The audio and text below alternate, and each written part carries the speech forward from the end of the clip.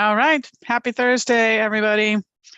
So today, Aiden and I had the whole day blocked off to talk about and work on marketing, which is almost kind of close to a bad word around here somehow. Anyway, it's a thing that I don't always relate to super well, but it's something we don't do a whole lot of, but something we want to do more of, and always exploring new ways. So it's just all about those conversations today, and had a couple of things come up. Had a call that ran long, and then had a team meeting, and so some of our time has gotten chipped away at, and so decided we're just going to continue our conversation basically here on Dry Shop Live. If you want to hang out and listen in, go for it.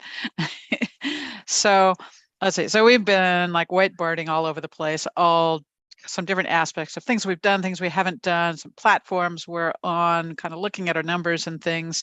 But the most important part really has been zooming out to the big picture of what are we really looking at? What are we trying to accomplish? And most of all, kind of who are we as a company?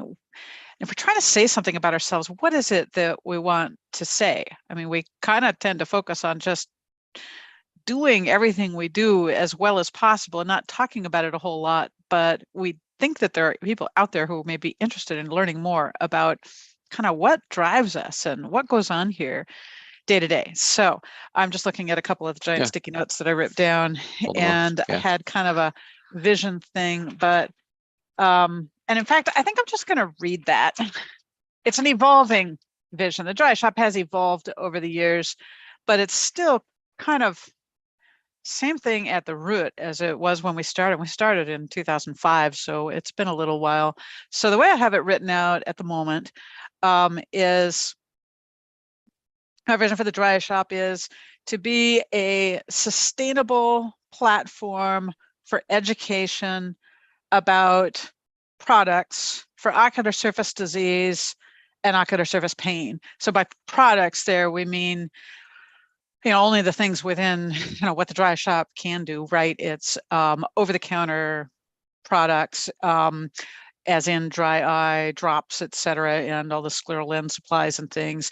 It's consumer products, as in warm compresses and such, and optical, like the dry eye glasses and such. So a platform for education about the day-to-day products, the stuff that gets us through our days, on the one hand, and on the other hand, a conduit to connect people with the Dry Eye Foundation for everything else, basically. So to get support groups, to have people to talk to, somebody to relate to, and to get education about any number of topics related to, they could be medical topics, so related to disease, diagnosis, treatment options and things. I guess the part that we tend to focus more on is the navigational topics, if you will, how to navigate my relationship with my eye doctor, how to figure out what questions to ask at the next appointment, how to get more of my needs met, how to navigate work when I've got dry eye, just a whole lot of practical types of topics, finances, mental health, the whole living with dry eye gamut. So anyway, Dry Eye Shop as a way to get people connected to the resources at the foundation. That's our kind of second half. And what we've been starting to explore more and more recently, the two of us and then in our team in general, is what's our vision for ourselves more internally as a team and just as a group of people. And that's partly where, let's see, a little while ago, started brainstorming. Aiden, you came up with lots of really good just words and concepts. I don't know if you want to pick it up from there. I can read some of the stuff on the other. Oh, shoot. Yeah, I don't have the notes. I mean, the word that came to mind for me, both internally within, our company and with everyone on the team, and externally, is empathy. We strive to be as human as possible with all of the decisions that we make, with, oh my goodness, just managing a team, understanding where people are coming from, what their lives are like and what they need. Yeah, just being real people as well as managers. I know different people on the team talk about what that means to them. And my first experience with the Dry Eye Shop was all about empathizing with customers and having the strong leadership of Rebecca, who's been through some of the things herself and years and years and years of experience speaking to people. I think we have a culture of empathy here, but I'm excited to kind of define that and talk about, implicitly we hire people based on how well we think they'll be able to perform and understand our mission. But now let's take the next step and like talk to our staff about what empathy means and define our values that we can work towards. I think over the course of, as long as we've had our current staff here, we've been hearing bits and pieces. We try to tell them, this is why it matters to get the package there on time with the right contents. But it's always so fascinating to hear what motivates them. And I think everyone individually talks about, we had a good conversation today about how their jobs impact each other and what their reach is. I mean, from the UPS guy to communicating with other family members for some of our employees to obviously customers, but even the person who calls in and thinks they're talking to Amazon or another site, we don't hang up the phone on them if they have a question, and we can reasonably help answer. Yeah, we're not exclusive, and we just really try and come from a place of understanding and being as reasonable as possible. I don't know, empathy, that was my word. I think there's a difference though between doing what we're doing and having strong values and then going the step further and articulating those values and making sure everyone on the team kind of sees it up there. I don't know, yeah. I think it's really important to get stuff into words, into not just like, okay, here's our vision and our values, but to be asking, what do you observe from how the business is run? What do you observe to be the values too? Because the big danger, and I think the stereotype too with the mission, vision, value stuff, is that it's a bunch of words on some posters, and it's not, there's a disconnect between that and who we are and what we do. So it has to start with, it has to permeate everything really and be real to be meaningful. But once we've kind of got that into words, then we can get creative too and explore more ways, like just be thinking about every aspect of a job, what those things mean. I mean, packing orders just sounds like a mechanical thing. How much empathy can go into packing an order, right? But yet, anybody packing orders in a small business is going to notice trends. They're going to notice repeat customers. They're going to get to know people. They're going to see notes on orders. They're going to think, is there some extra thing that we can do for somebody who's reaching out with a need? There's always like opportunities there. Mm-hmm. So I'm excited to hear, to give a platform for employees and customers to just share about what the Dryas Shop means to them. I think I don't want to speak for anyone, but I can think of, examples of when people come here from other jobs, how things are different and, different than other places. I overheard something today in the meeting just about it being important to someone to be treated as a human and not just a functionary. I don't know what their words were, but just, just a functionary doing a job, but that just making room for life to happen. Life happens. We were talking recently too, just about, we've been kind of in our annual review process and just exploring just celebrating some of our wins over this past year and our challenges. And as a very small business, I mean, we experienced 2 maternity leaves in a very short space of time.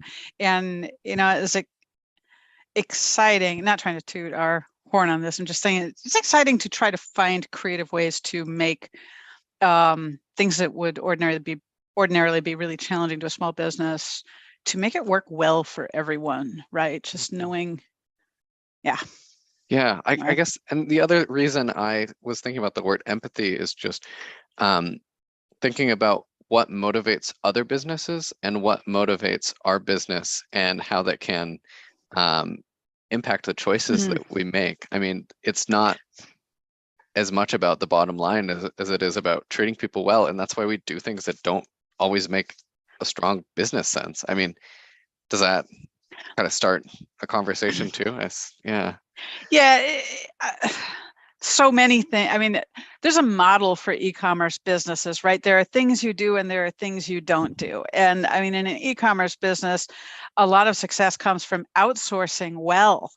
And that's something that we've kind of looked at and rejected over and over and over throughout our history. Every now and then I would circle back and say, is it time? Would people be better served somehow if we were using third-party logistics for all our shipping? And then I think the last time we revisited that, it was like, no, this is a hard no. This is never going to be the case, because we started articulating just all the things we're able to do because we care and are wanting to put in those last minute efforts to make changes for people. It's just like allaying that extra bit of anxiety somebody has. If we can make it easier, why wouldn't we? So it says extra things. So there's the doing it all in-house, also customer service. I mean, there are so many ways to outsource customer service these days. And in an e-commerce business model, it doesn't necessarily make any financial sense to staff it, really. But customer service just means a completely different thing to us, really. We just get into a lot of complex issues that you just could not train somebody else to do. And it is important to have somebody here who is kind of hearing everything else going on and knows the latest and greatest on the back orders. And I don't know, is that kind of what you were talking about? Yeah, exactly. I would like to maybe do a Dry Shop Live with more of the team and just talk about some of these things. Totally. Right? Because it doesn't make sense to pay someone to check the tracking on like the orders that go out the door. We don't check the tracking on everything, luckily, because most things arrive on time. We don't have to look at it, but we do every day look and see, did the overnights make it yesterday? Are the FedEx 2 days arriving within 2 to 3 days? Is there any first class package that's been out there for 10 days or something? And that's been a really strong thing we've pushed, especially in recent years, is get ahead of it. We don't want to find out from someone that they had a problem. We want to know they had a problem. We want to start fixing it before they know. Right. And the other thing we've talked about that the team has brought up is the uniqueness of our back order notification protocol. If you place an order and it's back ordered, you get an email that day saying we can't ship it, because we ship things same day. And I don't think Rebecca and I are huge online consumers, but from the people who are a little more savvy about that, that's just not something that happens at other places. Yeah. They ship it when they ship it. Yeah. So the empathy thing to me just means we know something about our customers because we are our customers. Or I mean, I use this stuff. I know what it's like to not have something that you need urgently. And I'm thinking of like scleral lens users, where most of the supplies are things that we can't get locally, and just thinking about the impact when something doesn't ship on time. Well, if we let them know right away, obviously if something's back ordered, is known to be back ordered, you're going to see it on the site when you place the order, but not everyone, you can get moving pretty quickly and miss it. So if you get an email quickly about that, that'll give you a chance, if necessary, to cancel an order somewhere else. And that's where I like being able to go kind of counter to ordinary business principles. It's like, do you really want to go out of your way to encourage someone to shop somewhere else? Well, if they need something quickly and we can't meet that need for some reason, yes, we do. We want to meet people's needs. It's one more sale. I mean, big deal. It's more important that people get their needs met. I think just for anyone, joining in the middle or watching this, I just want to get back to kind of what we're talking about. This is different than our normal Dry Shop Live, but this is just kind of an ongoing conversation Rebecca and I have been having today, and conversations with the team, not trying to toot our own horn, but just kind of work through some of the problems in the business in front of people. It's an experiment for us. So just, thinking about our values and thinking out loud. Yeah. I'm just looking at the sticky note and other things we had on there, just kind of a word dump. Empathy, that was the big one. understanding people's needs, understanding the impact of stuff. Just being human, being transparent. That's a big one for me. Excuse me, we know what we know, we don't know what we don't know. Being honest with people about stuff, including product issues where we may or may not have answers, knowing what's firm and what's not firm. Mhm. So Um, yeah, in a sense, we're kind of defining our brand because anyone can sell stuff on the internet. But yeah, the other, I think, a piece that is important about our brand, and Aiden knows I just writhe every time I hear words like brand and marketing, but I know we got to talk about them. It's being experts in things no one else cares enough about to learn about. I mean, I spent half an hour or so on the phone with someone somewhere today who had just a really challenging situation with trying to meet a need for protecting one eye at night with an interesting combination of constraints on it. And I love that stuff, right? Because it's so hard to get information about things like that, but we've become a magnet for people who have those needs. And so we develop knowledge and expertise in that, and always looking for new ways to package up that knowledge and make it more accessible to people. And I mean, happy to have the phone calls for sure. But, when people are looking up things in the middle of the night, they don't necessarily want to schedule a phone call another day or something, but trying to find ways to get, all these different ideas and things out there. Yeah, I used to, for quite some time, I was doing that through making videos and just sharing a lot of the troubleshooting tips in those videos. And I've had a long gap, and it's one of those things I'm longing to get back to doing, actually. yeah. So just another conversation we've been having today is just about kind of the resources that we offer. We've put DryShop Live into question. I think we're going to keep doing it, but is there something more that our customers want? How do we ask that? How do we find it out? Rebecca, you were talking today about maybe making some sort of group for customers, right? Because there's groups for the foundation, but maybe it's a Facebook group, or maybe we learn how to use Reddit because there's so many people on it. I mean, Yeah. but we're trying to evaluate, what are we doing? Is it working? And if it's only twice a year that we get to it, so be it. But it's just another thing that's been on our minds recently. What are we doing well? Checking in on some metrics and then trying to figure out. I mean, I know we'd love to get back to doing more surveys to get people engaged, but yeah. I Always want to hear love surveys, feedback. and I dread it because it's so much work that I just don't, I struggle to make the time for it. But yet there's so much important information to be learned through surveying. And there again, where because of the kind of specialized expertise we have in some of these just purely practical user topics in the dry eye and scleral lens worlds, just the crafting the questions for them is just a really enjoyable part, and it draws out lots of interesting information. People always share lots of stories when they're answering the Right. surveys. So yeah, it's like I need another pair of hands for that one, but I would like to be doing more of that. But yeah, I'd love to know what people think. Is that something that people find useful that we do and would like to see more of? The community thing, having a group, is that something people would like? So, anybody seeing this, shoot us a message or a text, 877-693-7939 number, or email us service@dryshop.com. Love to hear what people think. Yeah. Well, we have a whole day, well, the whole half of the day ahead of us to keep talking about these things, but Yeah. anything else we want to talk about on the live stream, I mean, go ahead and comment, or leave a comment on the video or something. But I guess just taking this week and being real and sharing a conversation that we're having.